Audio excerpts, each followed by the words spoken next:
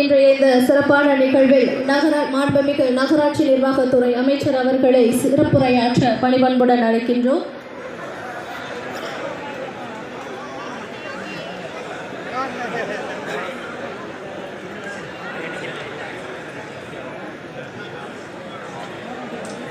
அன்பிற்கினிய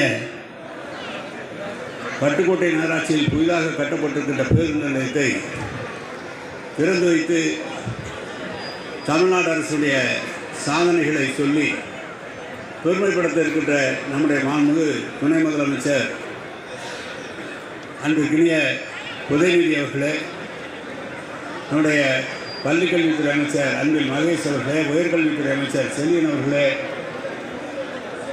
பாராளுமன்ற உறுப்பினர் முரசு அவர்களே, சட்டமன்ற உறுப்பினர் சந்திரசேகரன் அவர்களே, பாராளுமன்ற நம்முடைய பிற்பட்டோர் நலத்துறை அமைச்சர் மெய்யநாதன் அவர்களே, மாவட்ட ஆட்சியர் அவர்களே, பாராளுமன்ற மேலவை உறுப்பினர் அண்ணன் அவர்களே,